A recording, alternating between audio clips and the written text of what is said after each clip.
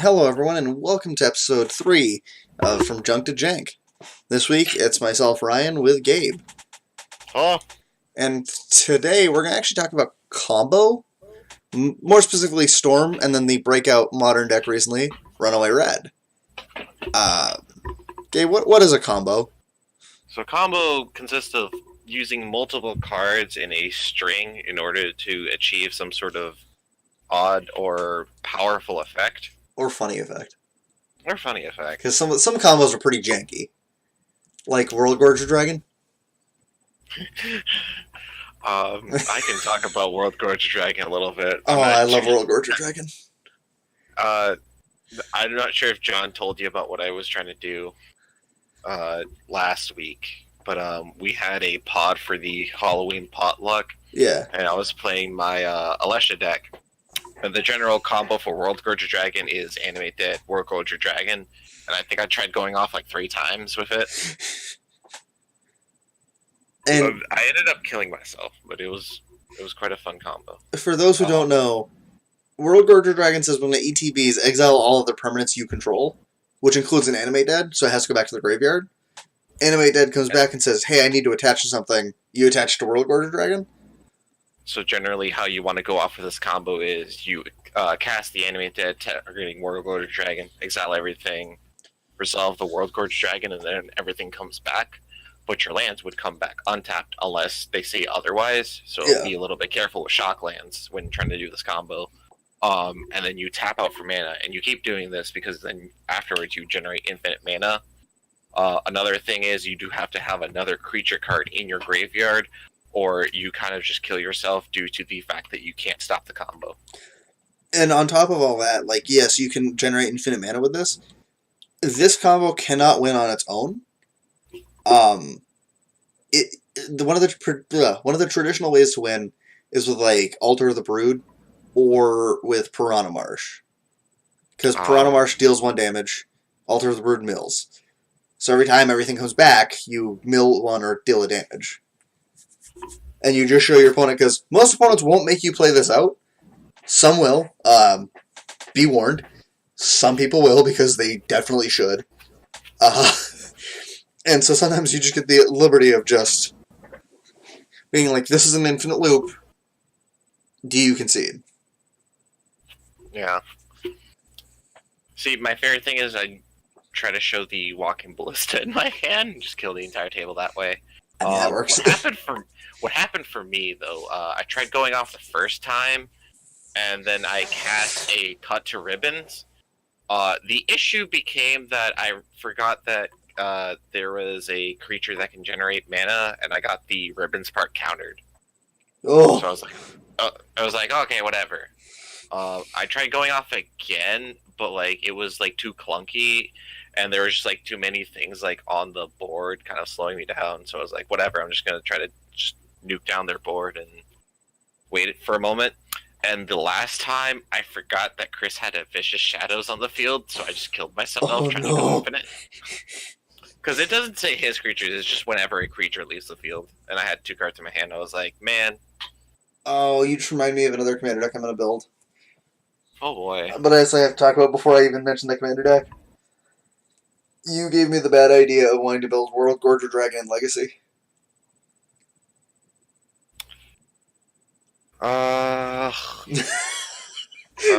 You build it like it's Black-Red Reanimator? Hear me out, Gabe. Okay. Have you ever wanted to turn 1 your opponent in Legacy? Yes? You go turn 1 Piranha Marsh, you take a damage, and they go, okay. You go Lotus Petal, Cracked Petal, Dark Ritual, Entomb, Animate Dead.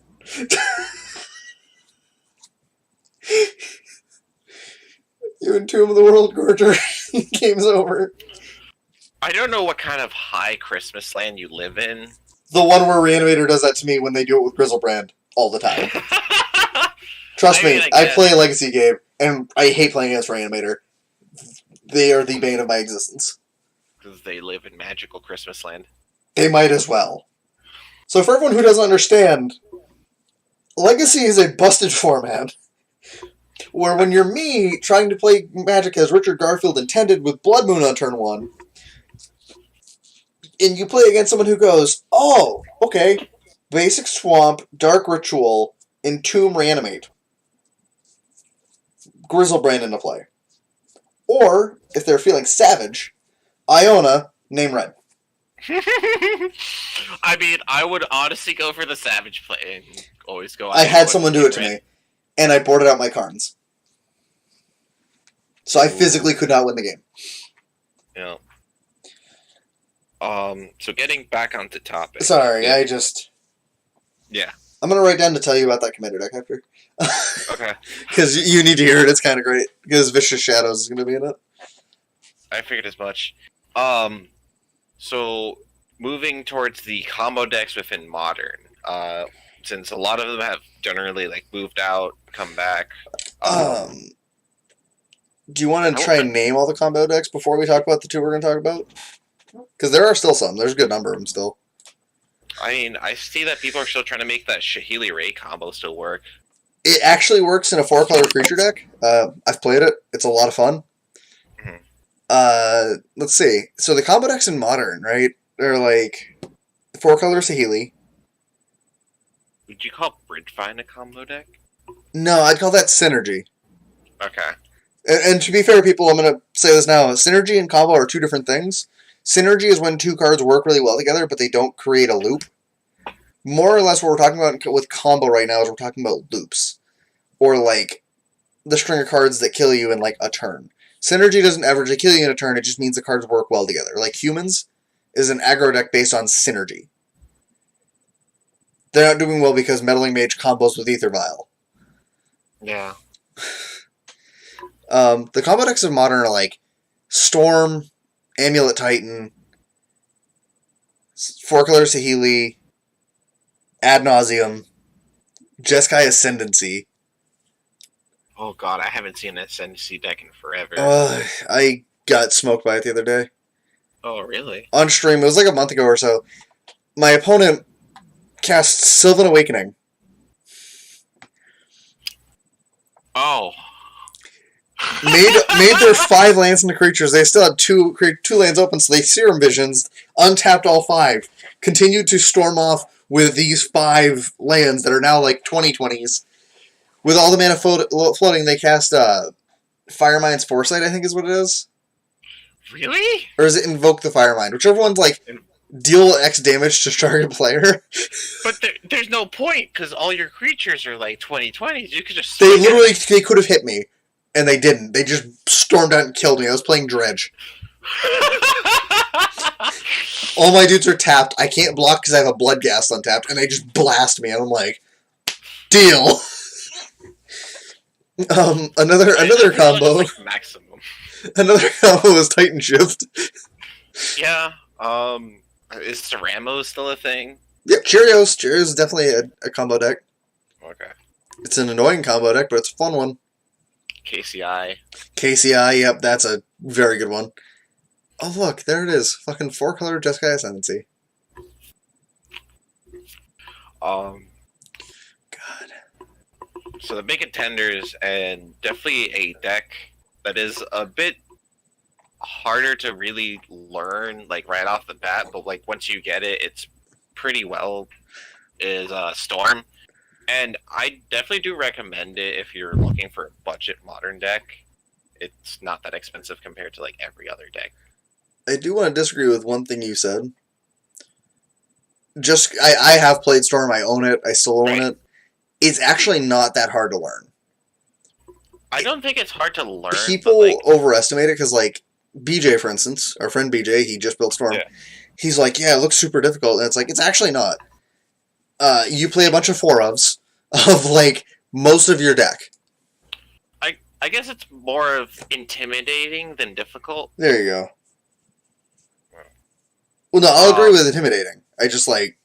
Yeah. I don't think it's hard, and I think people overvalue that. Like, because people say it's hard, but really they're intimidated by it.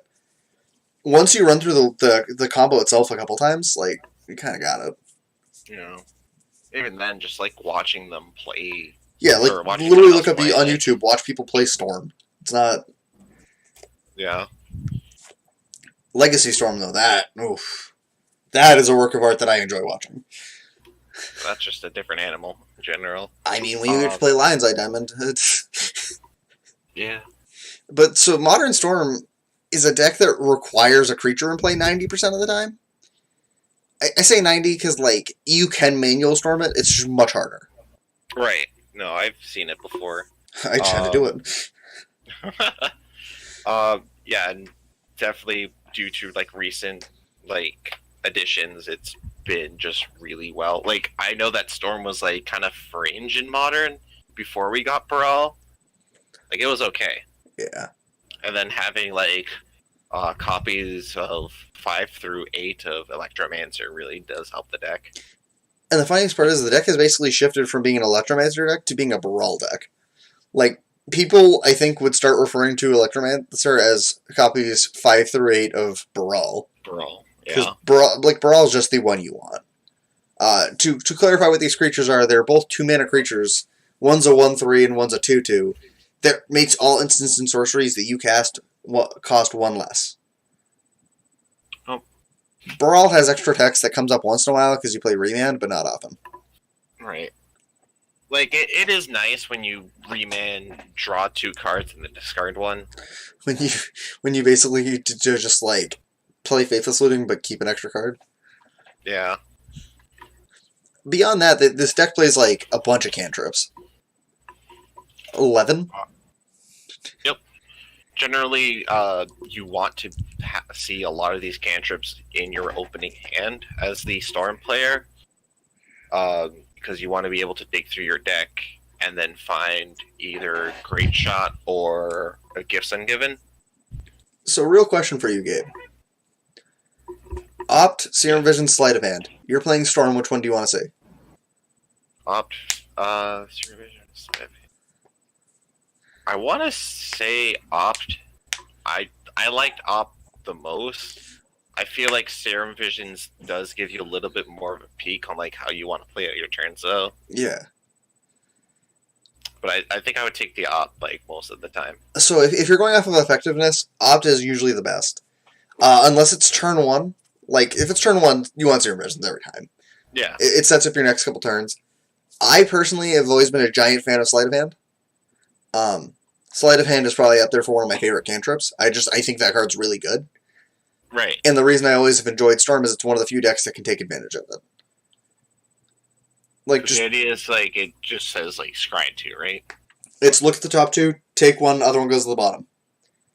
Right, okay. So it's anticipate, but because you don't pay an extra mana, you only get 2 cards instead of 3. I don't hate it. No. It's fine. This deck does play, like... What? Huh? What are you saying? Sorry. No, I was just thinking out loud. This deck does play, like, 1 repeal main. Usually to deal with things. Oh, yes. I've seen it also just used as a cantrip, too. I've also seen it used to protect their Baral. Yeah. Someone goes to bolt your Baral, you go response, ritual, repeal it. Draw some cards. It doesn't hurt. Nope. Then from there we go into the mana. Like, this deck, because of Baral and Electromancer, played Desperate Ritual, Poetic Ritual, and Manamorphose, all as 4 ofs. Usually they're 1 mana instead of 2. Yeah, and that nets you extra mana. Weird, when you're only paying 1 mana for Desperate Ritual after you've already cast 1. It's like you go up to 4 mana. Or no, you go up to 5 mana. After you cast all of those spells, you go cast Past in Flames and do it again. Yeah. Yep. I'm gonna save Grape Shot for last, because that's the important spell. Yeah. Generally, Past in Flames and Gifts Ungiven are the 2 cards they're that package come deal. up with. Yeah, they're a package deal. Usually when you're playing Gifts Ungiven, if you do not have a Past in Flames in your hand, you are looking for one, and you're Grape Shot. And for most people who want to play Storm, there's a traditional gift pile that you do when you're going off, just to make sure you have the Storm count. You cast Gifts Ungiven, you grab a Past in Flames, 1 of each ritual, and a Manamorphose. That's just your usual, I'm trying to get more Storm count one that you grab. Yep. And most people will probably give you the mana. Because the problem is, that if you're doing this pile, they should know they're dead. Unless you're just butchering it and you don't know what you're doing. They should be dead. You're literally showing them, I have the mana to flash back a Pass in Flames. Or, you gave me an extra card and a Pass in Flames that I'm going to cast for 3 now, because I have Brawl. Yep. It just, that's what it is. Gifts and Given's really good because you can get things you might need here and there. But, for the most part, you're grabbing, like, Pass in Flames, Grape Shot, Rituals. We play Remand as a 2-of. Yep. And it's our interaction, at least. Quote-unquote. Interaction. Generally, it's just to protect Brawl or keep us alive in case they're trying to hit us with some sort of combo. Or if you're playing against Control and they, like, Cryptic Command, and you just go, put it back. Yep. Definitely also helps keep off, like, big threats that can really ruin our plan. Jace. Hase the Mind Sculptor? Jase, because we don't want him influencing our library. Not at all. And then the way that this deck generally wins, at least in game 1, is this fantastic 1 in a red sorcery called Grape Shot. Grape Shot deals 1 damage to target creature or player. But I bet you're wondering, why is this deck called Storm? But Gabe, why is this deck called Storm? I don't get it. Why is this deck called Storm? Grape Shots has a special effect called Storm. Which, it does? Yeah. It's odd. It's almost like it's the namesake of the deck. It's almost like it's really good. So Storm allows you to cast copies of the spell for each spell that you've cast previous this turn. And it turns out it's a really great mechanic because it's really hard to stop. Generally, if you cast a storm spell and they try to go counter it, they only counter 1 of their billion of copies of the spell. Unless you have something like Flusterstorm or Summary Dismissal. Summary Dismissal. Oh. You remember Alex Bellata? Yeah. He played Blue-White Control in Modern for the longest time, / Esper Control, and he'd always have a copy of that in his sideboard. So when he played against Storm, he would just Summary Dismissal their Grape Shot. That's pretty great. It is. It's just, like, so dirty. You're just like, why? Why'd you do that? But generally, when you cast Grape Shot, there's no stopping it. Unless you play against that Savage. Yeah. So that's generally how you kind of try to win on turn 1 is you... Turn 3. Not turn 1, game 1, sorry. Yeah. To what Gabe was saying about this being like a really cheap deck, it's mostly because they don't play any fetches anymore. Like most Storm decks have moved away from even playing fetch lands. The one we're looking at plays 5 basics, 4 islands and 1 mountain, 4 Shivan Reef, 4 Spirebluff Canal, and 4 Steam Vents. Generally, you just want blue and red mana. Like, having access to, like, one of those colors is fine. Because you don't need both colors all of the time. Generally, you want to have the blue and the red to cast Electromancer or Brawl. And then afterwards, you just generally just need red mana, just so that you can keep casting Rituals. Your Mana Morphers can also turn red mana into blue mana, so that you can play your cantrips. And you storm off turn, or 3, 4 usually. Yeah. And then when we go to the sideboard, you have Giga Drowse, which is usually for like control decks. It's like you replicate Giga Drowse enough to tap out their lands on their turn. So they either have to counter Giga Drowse or they have to tap out their mana and then you untap and kill them. Lightning Bolt is definitely for like the more annoying creatures. Things like Thalia will stop your combo real quick because your spells just become more expensive. I have actually died to a Storm player playing Lightning Bolt. Not as a kill my creature. They bolted my face to accelerate their Storm count, and then Grape Shotted me for lethal. That's fair. They went bolt, Grape Shot, and I was like, huh? A Braid is in there for a similar matchup as well, because Dampening Sphere exists. Yep. Echoing Truth, the same thing, actually. Same with White Boy. Yep. Pieces of the puzzle. This is an interesting one. That comes in mostly in like almost all your game twos. If you think they have a way to deal with Brawl or your graveyard, you need pieces of the puzzle. Oh. Because you manually your storm them. Like, you remember I said manualing your storm can be like Brawl or Electromancer not being there? Yep. It can also be you just don't have access to a graveyard. And pieces of the puzzle does that for you. Okay. Because looking at 5 cards and taking 2. Oh! Yeah, well, that's fair. Wipe away is probably for the same reason. Most likely if they're also playing blue because of the split second. Wipe away is mostly for Echoing Truth reasons, like Damping Sphere. Yeah. It's just a problem. Empty the Warrens, or Empty the Gabes, as I'd like to call it. Because for all you who don't know, Gabe likes to play Goblins in Standard. You mean everywhere? You don't even play it in Modern. I'm probably gonna build 8 whack next, to be honest. I mean, you play colorless Goblins that are like 5/5s and have haste and trample. It's true. I also designed the Goblin deck at the store, and Zach's been tearing up with it. Yeah. Empty the Warrens makes 2 Goblins for every copy of the Storm on the stack. Yep. So, like, the way some Storm decks will win post-board is they bring in their Empty the Warrens, they cast 4 rituals and then Empty the Warrens, and then like just like beat. Yeah. Generally, a lot of people will not have their board wipe removals against them. And that's kind of like a really weird, like, sideboard. Like, sometimes, like, you don't want to have, like, mass removal against Storm, but then if they bring in the Empty the Wardens, then they're just going to kill you with Goblin tokens. One of the stances I've always had against that is, like, if I'm playing Titanship, for instance, because they usually have, like, a copy or 2 of Anger of the Gods in the main deck or Sweltering Suns. Right. I keep it at, like, 1 copy in or 2 copies in for that reason. But Storm is a super hard matchup for that deck. Like, it's just near unwinnable for them. Yeah. Or at least it was. I don't know if they played Damping Sphere now. They should.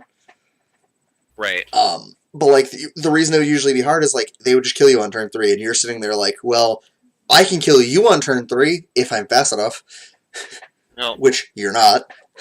Well, generally, their Empty the Wardens is coming out turn 2, right? Empty can come out turn 2. They also can wait till turn 3 if they feel like they need to. Yeah. It kind of just depends on the person. Like, some Storm players will whiff it faster. Others won't. I don't really know what else we can say about Storm. Storm is a deck that, like, people look at it first and go, this deck seems cool. Then you play it, like, 3 times and you go, man, this deck is boring. Yeah. It's why I requested for Gabe to let us talk about this first. Because I'm already bored of talking about it. Well, it's a very, like, simple deck. Like, it's clockwork. Like, it does one thing, it is built to do one thing, and it does it really well. Titanship is the same way, actually. Right. Like, I am also a person who has played Titanship. I sold my escape shifts. I bought them and I sold them. I played it for like 2 months. Yeah. Yeah, no. It's one of those things where I'm the kind of person where I enjoy Magic being a game of choices, I've realized. And, like, actually doing different things. And, like, playing a deck where all you do is 18 them in a turn, I find extremely boring. No, I completely understand. So, Gabe, would you like to... I just like having decks that turn my creatures sideways. That's fair. I do the same thing with Shadow. Yeah. And Dredge. I like putting both hands on, like, or both my arms on, like, my board and just turning it. To be fair, I'm talking about decks that, like, do the same thing over and over again and boring me, and my favorite deck is Dredge. Yeah. I feel like that's a little bit different because there's a bit of randomness. Like, I mean, I've lost to my own Dredges before. Like, a lot. Yeah, I know. But, like, both decks can manipulate their library to a point where, like, this is always happening. Like, there might be a chance where, like, the Storm player doesn't see Gifts Ungiven or a Grape Shot, like once in a while, but that's just, like, statistically it's going to happen. But, like, your deck is a bit more random. You never really know what you're going to hit from the top of your deck. Yeah. So, Gabe. Oh, was it that one game that you hit, like, 3 podcasts? Oh. Yeah, that was... Oh. Nothing's better than hitting all your creeping chills. All right, so now we're moving on to one of the decks you wanted to talk about. Yeah, I was gonna say, you know what? What's the best color in Magic? Green? No, No color. red. Uh-huh. And I'm saying this because most people will say it's blue. I'm sorry, blue doesn't have a card that says all lands can only tap for red mana if they're not a basic. So, I mean, moving on from my stupidity, Runaway Red is a breakout deck in Modern recently. It's been seeing some good play on like the SCG Tour and like on Magic Online. People are playing it a lot. I've played the deck on Magic Online and I currently own it in paper because it's a lot of fun. yep. It takes what Storm is doing, and I kind of want to talk about it because it's not exactly a combo. Like, this is almost a synergy deck, I want to say. It just, like, people look at it as a Storm deck because there are games where you just storm out. Yeah. But for the most part, this is a synergy deck, and it's kind of nice to talk about them because it's, like, the big difference. It's why I wanted to shove these two together. To jump right into it, we play 16 creatures. They're all 4-ofs. We play Monastery Swiftspear, just the bread and butter red creature of Modern. I think it's even better than Goblin Guide. Fight me, Gabe. I know you want to. No, I'm not going to fight you. Like, as much as I love Goblin Guide, the potential of Swiftspear just... It can deal more damage. It's so good. We have the new Boogeyman, Runaway Steamkin. Runaway Steamkin is a 2-mana 1/1. And if everyone out there, you're like, that's terrible. Well, whenever you cast a red spell, if it has fewer than 3 +1/+1 counters on it, put a 1/1 counter on Runaway Steamkin. Remove 3 +1/+1 counters from Runaway Steamkin, add 3 red mana. But Ryan, how many red spells are we running in this deck? Yes. The correct answer is 42. Because we play 18 lands. Tell me is after I cast like one of my 42 red spells, 41 red spells, not including itself, it gains a +1/+1 counter. Yes. And then it gets bigger, and then if I have 3, I can make mana. Yes. But that almost seems like a Storm mechanic. Doesn't it, right?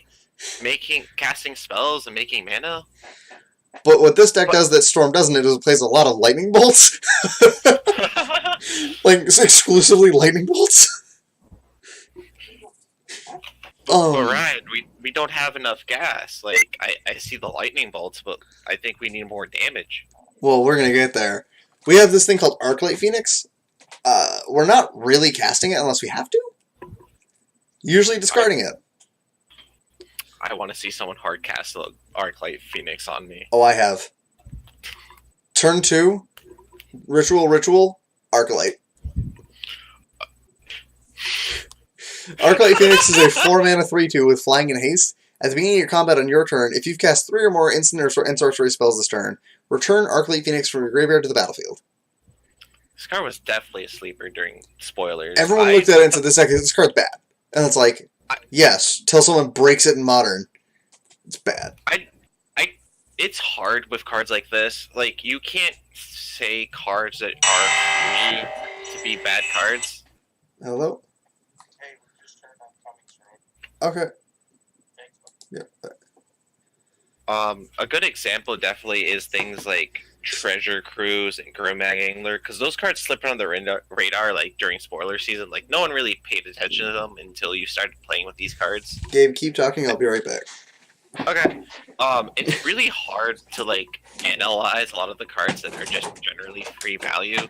Outside of the Arclight Phoenix, we also have Belvum Reveler, which also kind of reduces the cost. So it's a 8-mana 3/4 that costs 1 less for each instant sorcery card in our graveyard, and we have 26 of them. It also has the same prowess mechanic as Monastery Swiftspear, and it draws us 3 cards. So generally, we dump our hand, we burn out our opponent, then we pay 2 mana, play Belvum Reveler, draw more cards, play more cards, get like a free Arclight Phoenix here or there. and suddenly we have lethal on board against our opponent. The deck also runs the ritual is similar to Storm.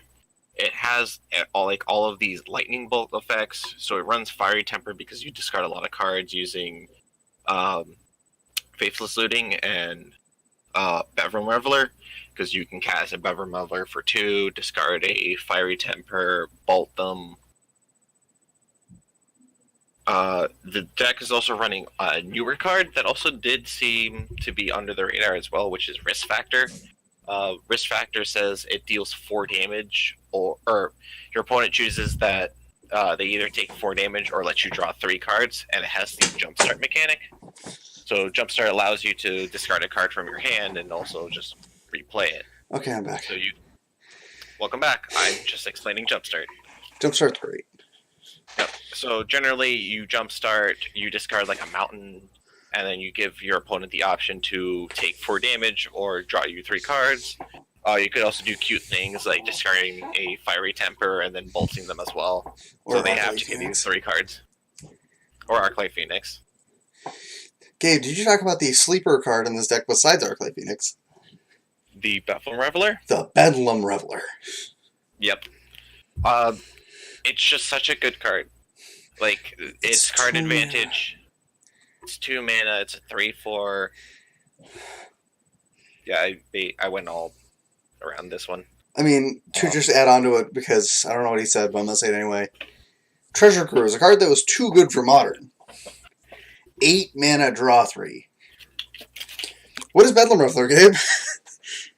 8 mana, draw 3, and a 3/4 body?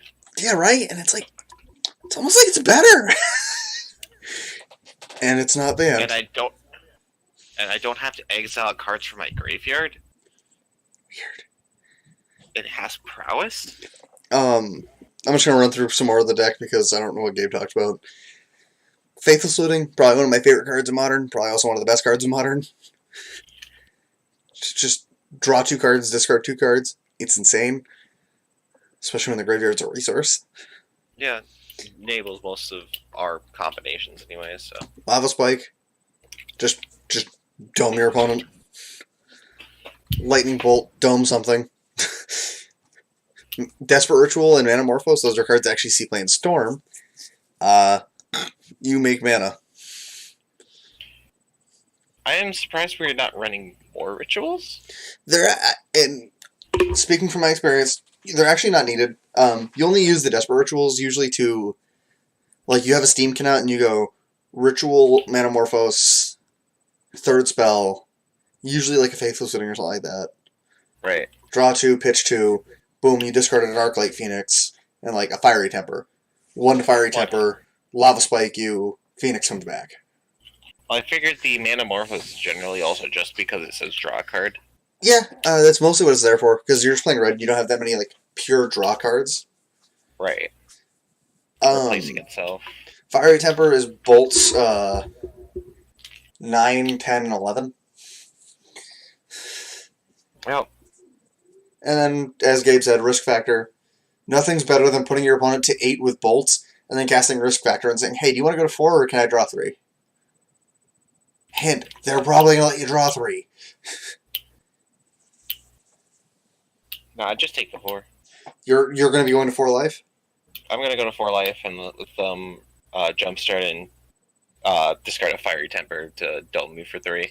Put you to 1. And then you're just like, yeah, sick. Yeah, and then you can have your 3 cards. Have my 3 cards bolt you. Yeah.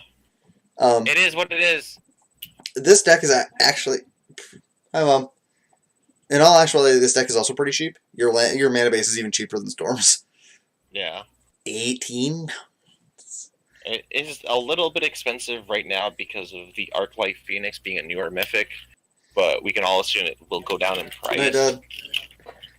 This deck also plays like a Surgical Extraction on the sideboard, which I think is the correct choice for Graveyard Hate in this deck. Yeah. If you don't want to buy that, Nihil Spellbomb works, as well as Ravenous Trap. Yep. I personally am a fan of Ravenous Trap. I own at least a playset, maybe more. You definitely need the Blood Moons. It will help you against so many matchups. What thing? Well, talking about just budget wise, like you definitely do need to keep the Blood Moons though. Oh yeah, Blood Moon And is. yeah. So Blood Moon, I have an alternative for it in my sideboard right now because I've been forgetting to take Blood Moons out of Legacy for it. Right. Damping Sphere also works. You just have to be aware that if you're playing Damping Sphere, you going off in a turn is not happening. Yeah. I have a story of playing this deck where I played against Elves. I brought in Anger of the Gods. They brought in Damping Sphere. The problem is, the Elves player goes off more in a turn than I do. Yep. I literally played a Runaway Steamkin and ran away with the game. Pun 100% intended. I legitimately played a Steamkin, bolted their thing, hit them for 3, they untapped, played a Dwinnen's Elite with no Elves and played Anger of the Gods did. So we can also talk about one of the weirder cards in the sideboard too. Would it be a Shrine? Yeah. Would you say it's got Burning Rage? All the time. This card is actually for blue-white control. I figured as much because it gets the counters whenever you cast a spell, so they can counter as much as they want. This thing's just going to get huge. I mean, yeah. I don't think they're bringing in anything to return cards into your hand. So if you can land this out like turn 2, you're pretty good. Yeah, Shrine of Burning Rage is just like a strong card. I actually played the Runaway Red Mirror. Did you win by having more Dragon Claws on the board? We actually both had 3. I won because they timed out. Oh. I did bring in Shrine of Burning Rage, which got me through one of the games, but right. No, literally, I won because they took so much time with all their attacks, and I was 13 minutes ahead on clock. Never time out. Because Magic Online is great. Yep. I actually have it up in the background. Well, people, just so you know, we stream this and record this when we do this on my Twitch channel, ApplePies96. Usually afterwards, I run through a league or two of some deck that I feel like playing. I can tell what deck you're going to play next. Well, currently I'm in the middle of a league with True Fire Extinction, and we're 0-2. When that falls through, I'm probably going to try Dimir Tempo. Oh, boy. But I might need Gabe to brew that deck with me first. We'll try. I actually have one more combo deck I want to talk about. Okay. Well, because you said you haven't seen it in a while, and I figured it'd be fun to talk about. Good old Jeskai Ascendancy. Yeah, I remember when people talked about this deck when it first kind of came to light, and they realized Jeskai Ascendancy works really well with Noble Hierarch. So for everyone who is looking at my screen right now and sees this deck list being as long as it is, this deck was procured by someone on Jeff Hoagland's stream and sent it to him and said, hey, you should play this. This deck is a mess. You play 4 Birds of Paradise, 1 Noble Hierarch, 4 Sylvan Caryatid, and 2 Fate Stitchers. Yep. And the rest of this deck is about to hurt me, because it's a lot. You play Modern Staple, Cerulean Wisps. Okay, I need to find this list. I'm scrolling down. I am missing it. Huh? Okay. I'll send you the list, Gabe, and you can look at it. I have to be right back for a sec. Just look at that. Momentarily pause. Oh boy. Okay, this is a lot of cards. Cerulean Wisp. Why do they play Nagging Thoughts? I have so many questions when Ryan gets back. Why is their land base so weird?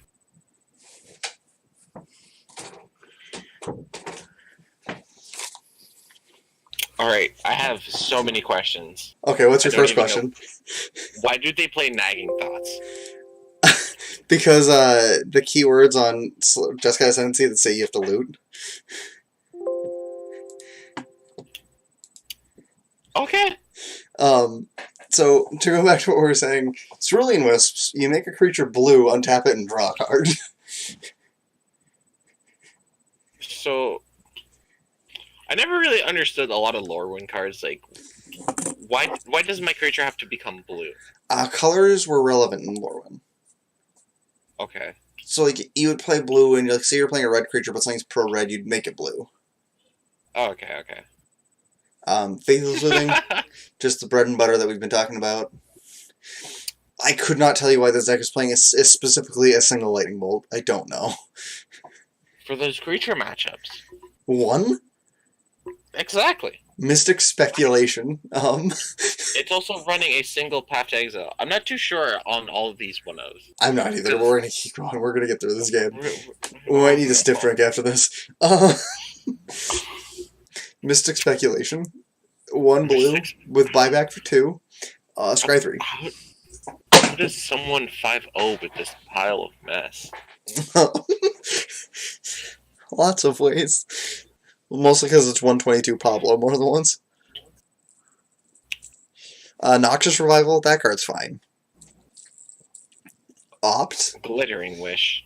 Oh, we're gonna get to Glittering Wish. You need to calm yourself, Gabe. I'm just trying to get to the real Magic cards. We are. Opt is a real Magic card. Path to Exile, real Magic card. They're not enough, though. Serum Visions, real Magic card. Silence. Oh, that card hurts me emotionally. Like, it's such an annoying card to deal with. Sleight of Hand? You know, Swan Song? why is single copy Swan Song? I don't know. I don't know. I think this should have been a 4 of. It hurts me. So Glittering Wish. Let's say you have access to your sideboard if it's multicolor cards. For all of you who can see my screen, you'll notice that this deck has many multicolored cards on our sideboard. Including Assassin's Trophy, Scarscale Ritual. Oh god. Fiery Justice. Huh? Is that why Assassin's Trophy went up? Because it can be caught off Glittering Wish? That has nothing to do with why Assassin's Trophy went up. Scarscale Ritual hurts me, by the way. What does this do? 1 and a hybrid blue-black. As an additional cost to play, you have to put a -1/-1 counter on a creature you control, draw 2 cards. So what? But Skull Clamp, Gabe.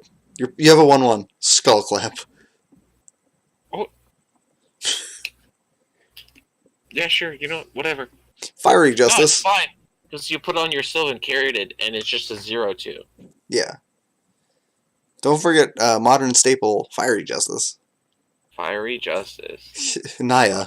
Fiery Justice Naya. deals 5 damage, divided as you choose among any number of target creatures and/or players. Target opponent gains 5 life. Your 4th copy of Jeskai Ascendancy is in your sideboard, just so you can always get it. Yep. Glittering Wish is copies. Hello? What? 4 through 7? Yeah. Okay. Yep. Flesh and Blood. I have to turn my head sideways to read this card. But before while you read that, let's talk about Failure to Comply. Failure to Comply. Worst Remand. Worst Remand. And then Worst Silence. Yeah. Are you trying to... Are you sure this isn't just supposed to be Fair Reflector Mage? I mean, basically, it's Fair Reflector Mage, too. It's Reflector Mage if they cut the 2 copies of the card in half. Why aren't they just playing Reflector Mage General? Because that's not a thing that triggers your Ascendancy, friend. Oh, yeah, you're right. Oh, and then the way we win the game, Flesh Blood. Ignore Flesh, just read Blood. Target creature you control deals damage equal to its power to target creature or player. But we don't play big creatures. We're getting there. Manamorphose. Just the bread and butter combo card. Nagging Thoughts, as Gabe had alluded to, is a dumb card because you're playing Sleight of Hand but paying an extra mana. So bad. But it has Madness, so if in the off case you ever discard it using Ascendancy, it triggers Ascendancy again. Ascendancy. And then we have Abundant Growth, which just fixes your mana and draws you a card. And then the card that we've been trying to talk about this whole time, Jeskai Ascendancy. Alright. So it's Jeskai mana. Whenever you cast a non-creature spell, creatures you control get +1/+1 until end of turn and untap those creatures. Whenever you cast a non-creature spell, you may draw a card. If you do, discard a card. So now, Gabe, to answer your question, we don't play big creatures, do we? No, we don't play big creatures. This deck is a combo deck because they go off with Jeskai Ascendancy, make a Bird of Paradise a 2021, and shoot you with a Flesh Blood. But why not just attack with the Birds of Paradise? Because they're stupid. I don't know. Attacking's for losers. Also, because this way, if you have a Citizen Caryatid, which is the best dork to have, you can't attack. Oh, yeah. So you just shoot him with a because it has Flesh Defender. That's fair. That's fair. But that means you have to cast 20 spells. How are you doing this? Easily. Okay. You're playing nothing but cantrips. Oh, this deck just hurts me. Well, what if I hit a Path to Exile and I'm the only one with creatures on the field? You path your own dude. Triggers on the stack, untap, and make mana. Damn. Gotta go fast. Gotta be fast. Gotta go fast. The real tech, Gabe, is you cast a Path to Exile, targeting your own creature, you float mana, and then you play a Swad Saga to get another trigger.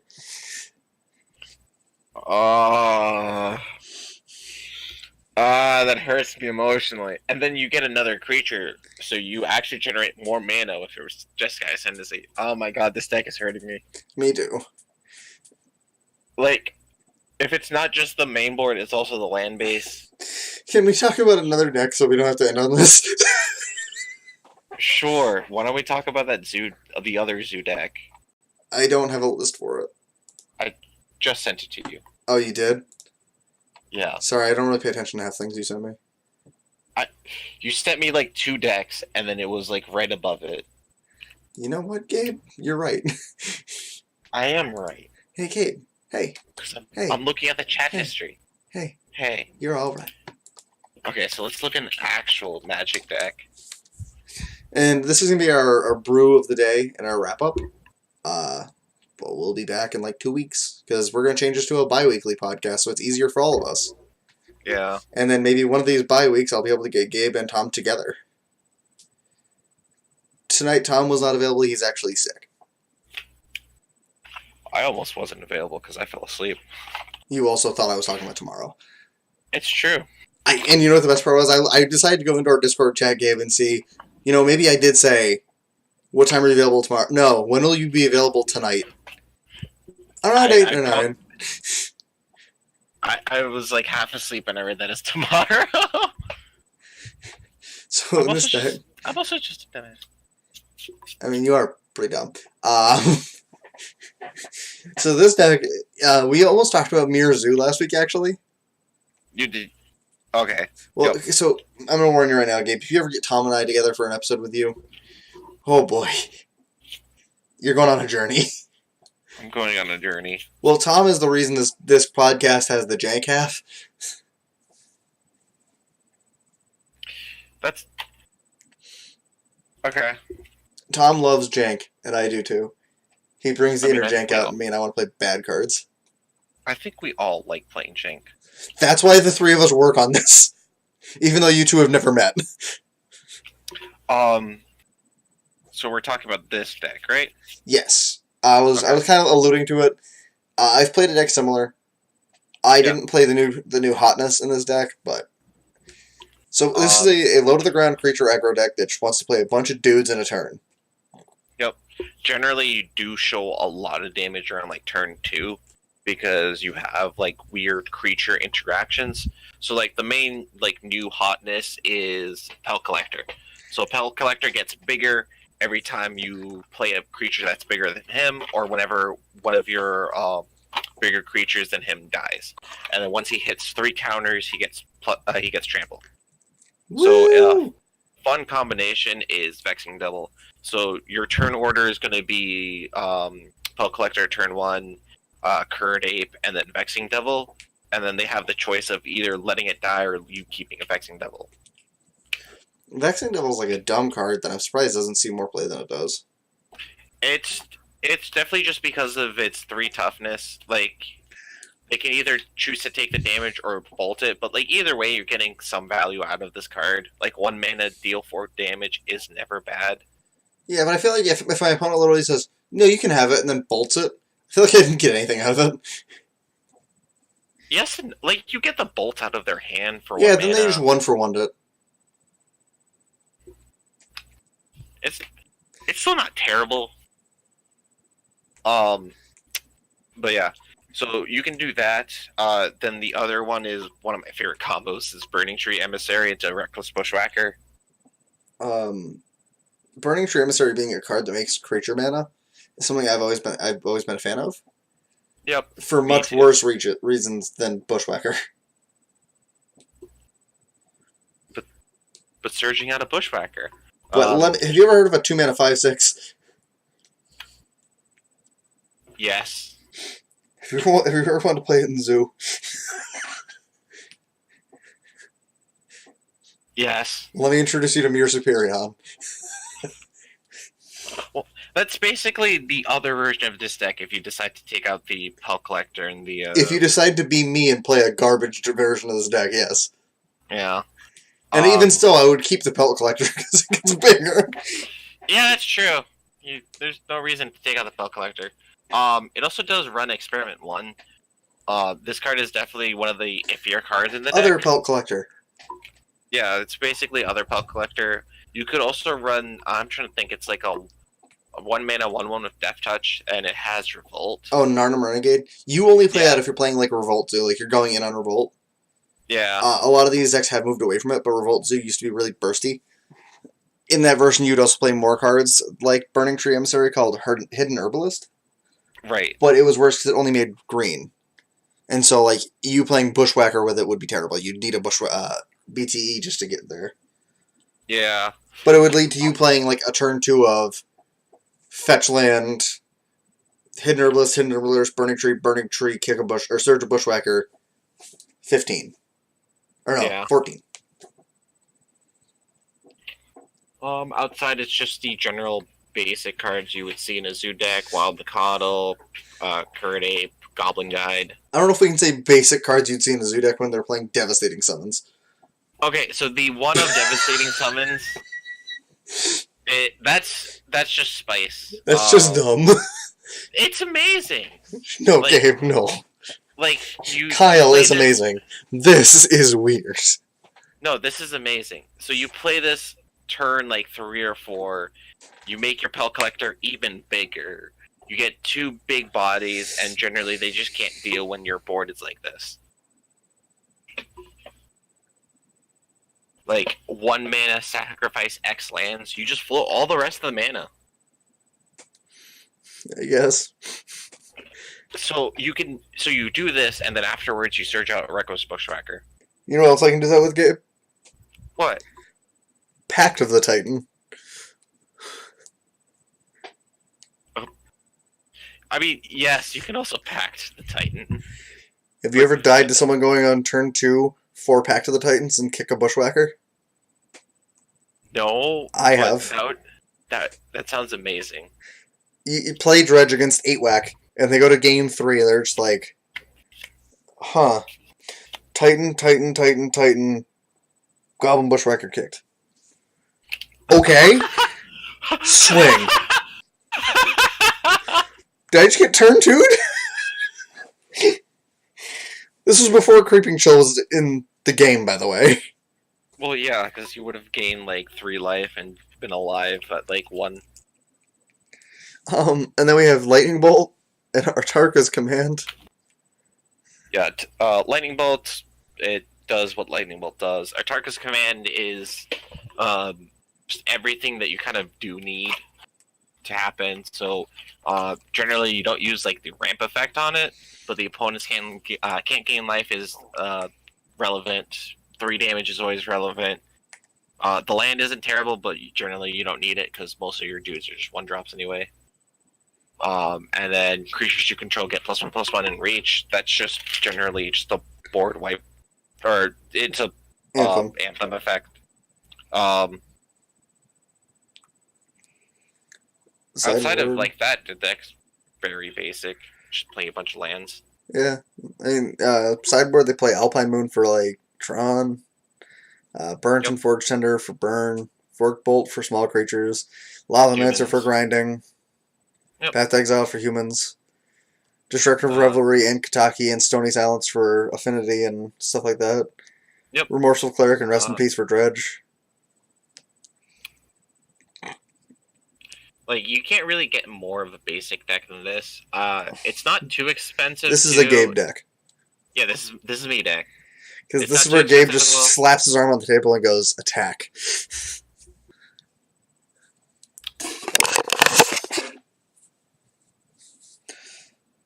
Gabe, do you have any final thoughts for this week? I see a lot of Manamorphose in our video. Yeah, this is actually an episode that I kind of wanted to do. I generally classify myself as a mid-range or combo player a lot of the time. Yep. But I also play a lot of control. Like, I'm the kind of player where I just like casting spells. And, like, attacking with creatures is less interesting to me. Big fan of combo, though. Like, Gabe and I literally have done a combo race in Commander. I don't I won. mind. Barely. Really? Because you were still trying to doomsday me when I killed you. Yeah, that's why I took it out of the deck. Because you always screw up the doomsday pile. No, because it was just slow. And I'm over here going off with Ether Flex Reservoir.